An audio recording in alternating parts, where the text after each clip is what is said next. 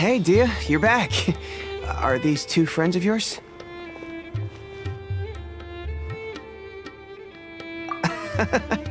Likewise.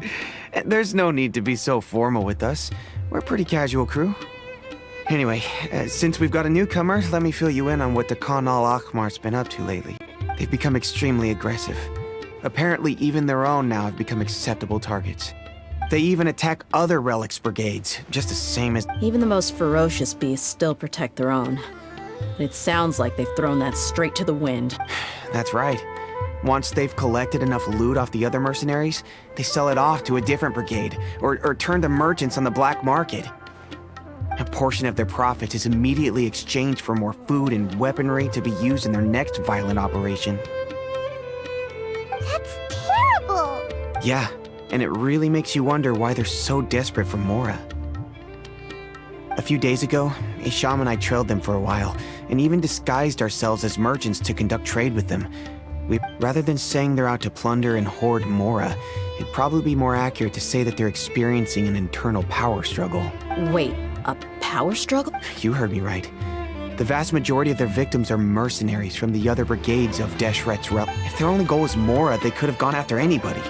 The targeted nature of their attacks points to a power struggle between the different brigades within. Unfortunately, we weren't able to find out anything more specific. It seems they're all— Oh, one last thing we discovered was that over the past few years, as the Khan al-Ahmar became more and more active, Deshret's relics as a whole became a lot weaker. It sounds mighty strange to me too. Harun, gotta say though, I didn't expect you to go on a whole undercover mission during the few days I was gone. Sounds like you were really putting your necks on the line, no? Nah, it was nothing. We're just as concerned about the situation as you are. The Khan al-Ahmar— What he said. Besides, Dia, haven't you done more dangerous things than all of us combined? What we did is nothing compared to your— Yeah. And while they went to talk with Khan al-Ahmar, I took a look at the last camp they attacked. Any survivors of the attack were already long gone. There was nothing of value left in the camp. Ah, Hisham and Khalaf. You're here— We rushed over as soon as we saw you come into Caravan Ribat. Although this new friend of yours looks a little green behind the ears, I'm sensing a special vibe from him. Now that we know you'll have a capable partner with you, we can also rest— Hey, what about Paimon? Feel anything special? Oh, you're also planning to tag along with them? Of course! Paimon is the traveler's most important guide. Wherever he goes, Paimon will follow. Oh, in that case, then you'd better take care of her too, Dia. Don't underestimate Paimon! Don't worry about her. She may look tiny and helpless, but she's been through just as many battles as the traveler here. Even if she had only survived on sheer luck, then that alone would still make her quite formidable. I had no idea. I guess— Oh, one other thing, Dia. When you're free, why don't you update the deputy about your We held another recruitment event a few days ago, but everyone only came to see the Flame Main. You weren't around at the time, so people were pretty disappointed to only find our crew of rough, unkempt guys. The deputy put a lot of effort into the event, but it was basically for nothing. Only a few people chose to stay, and that really got to him. Sorry to hear that. I'll be sure to bring him some great liquor next time. I left in a hurry and I couldn't make it back in time for the event. Gotta admit, I can understand their disappointment, though. You're our brigade's main selling point, after all. Now, if only the deputy could figure out a way to bring a few more smoking hot members into our ranks. Keep dreaming. Remember the last time I invited a couple gals into the brigade? You all just froze up with your mouths. The awkward silence and weird expressions left quite the impression on them. They were originally interested in joining us, but after that, they both told me they were too uncomfortable to stick around. Hey, didn't we agree to never bring that up again? Huh? Wait, are you serious? Why have I never heard about this? I don't think you were part of the brigade yet. Are you kidding me?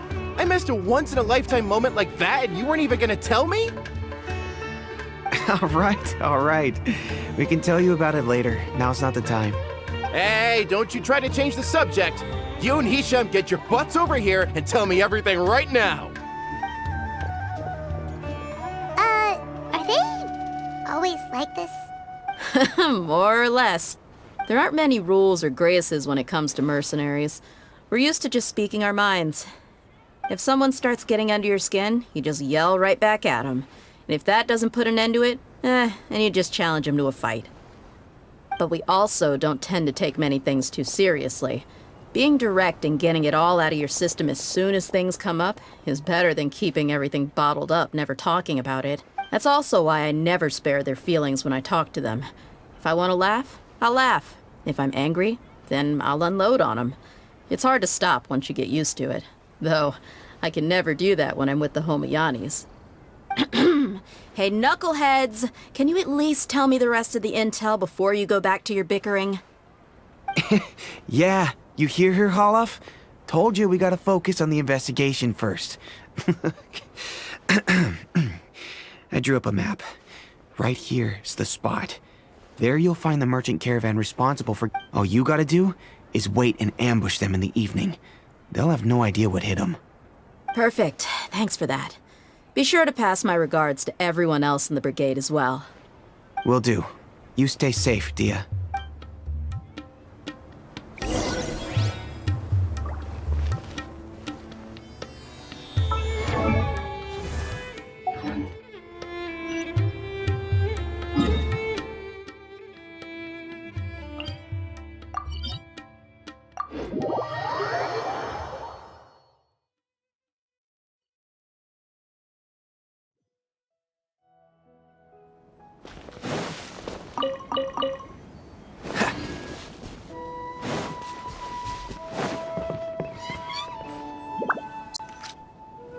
This should be the place. Let's find a spot to hide and bide our time. It's gonna come down to a fight one way or another, so let's all be careful. No need to worry. He knows his way around a fight. I'm not worried about that. What I meant is that we probably shouldn't go too hard on the enemy. After all, we still need to get information out of them.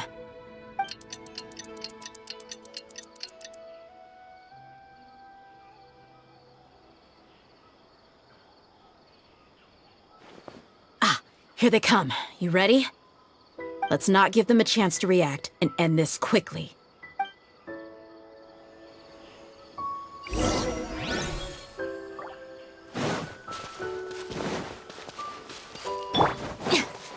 That's close enough. Feeling lucky today? Into the wind.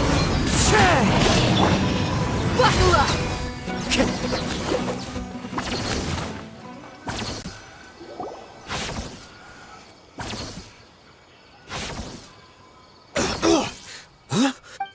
You're... the Flame Mane. Good. That saves me an introduction. All right, time for a little talk. Are you buddies with Takana Lakmar now? Tell me, what are they after? You know the code of being a mercenary just like everyone else. The first rule is to never divulge key information about our employer. What makes you think I'd talk? That might have worked on an amateur, but I know you're just looking to protect your reputation. Think about it, though. What's your reputation worth if you won't have the other tools you need to succeed in this line of work? Tools like, I don't know, your limbs or eyes? You've got 5 seconds. You might want to think twice about how much your employer's information is worth to you. Whoa! I'm not joking around. We can do this the easy way or the painful way. 2 seconds! I'll save you the trouble.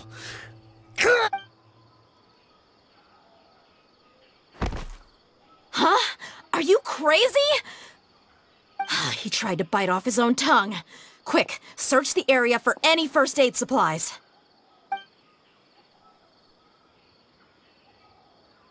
I definitely didn't expect him to go that far. Thankfully, the wound wasn't too deep, and he just passed out from the pain. But why would he be so I just wanted to test his mettle. You can get a lot of mercenaries to talk just by threatening them. I didn't expect him to be willing to go through so much pain just to deny us some intel. Well, he's out cold for now. We could wait for him to wake up, but maybe it's not a good idea to interrogate. Yeah, don't worry about it. It'll be a waste of time to interrogate him again after that. There are lots of goods around here. Let's search the area. I'm really...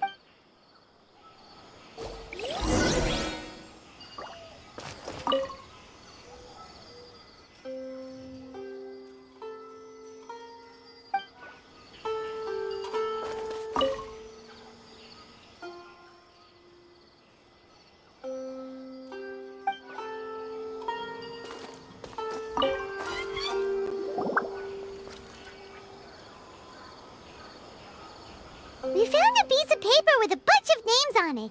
Maybe it's a... Let me take a look. If this really is a merchant... Yep. I see an entry for Dakana Lakmar right here. Kusela, Idrisi, Bashar, and Takriti. All familiar names. Dakana Lakmar has been trading for a hefty supply of food, weapons, and medicine. It seems that in the past, they used to receive some canned knowledge as well. This caravan is just one link in their logistics chain. Once in the rainforest, the caravan will exchange the looted goods for Mora, and the funds will then be passed to a specific... That person will then pack the caravan full of necessary goods, which will then be brought right back to Dakana Lakmar. Wait, why is there no Mora value recorded for the No, that... Yeah, every transaction before the last one was marked with an exact amount of Mora, but the final one, where they paid for... perhaps. But they couldn't have known how much they would make off selling the loot. Do they not care about Anyway, the next part's the records of the goods themselves. There are a lot of... Huh? What's wrong? Shazamon Homayani? Homoyani? You mean Dunyarzad's family? Could it... I'd be surprised to find someone with the exact same first and last name. Shazamon Homayani is Dunyarzad's father, and just what the heck is going on here? I'm sorry, you're right. I'll consider but what this piece of paper confirms is that the Homayani family has been providing goods to Dakana Lakmar. What if the Homayanis have been kept in the dark and don't know they've been trading with Dakana? That's a possibility, but if that was the case, why is this caravan specifically named? They could have just as easily bought goods such as food and medicine directly from Caravan Ribat or Port Ormos.